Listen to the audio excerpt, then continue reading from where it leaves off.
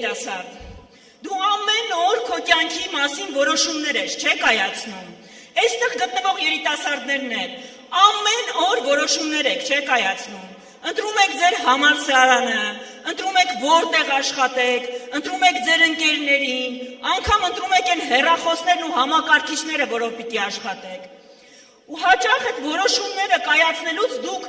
բանավիճում եք, թեժ վիճում եք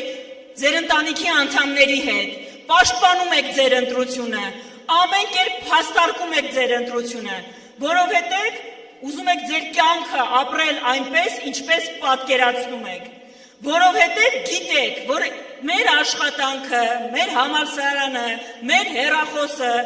մեր կյանքի կարևորագույն մասնիկներն են, ու այդ կյանքը մեզ պիտի դուր գա, այդ կյանքը պիտի լինի այնպիսին, ինչպիսին մենք ենք պատկերացնում, այդպես է, չէ՞։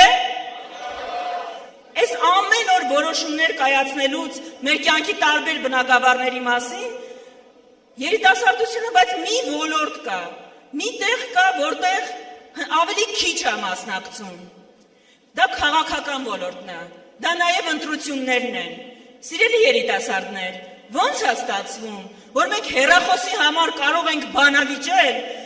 կարող ենք համակարգչի համար բանավիճել, բայց այն կարևորագույն քաղաքական իրադարձությունը, որը որոշելու է մեր հետագան, որոշելու է մեր պատմությունը, որոշելու է ինչ միջավայրում ենք ապրում, թողում ենք, որ մեր փոխարեն որոշեն ուրիշները, սա ճիշտ է։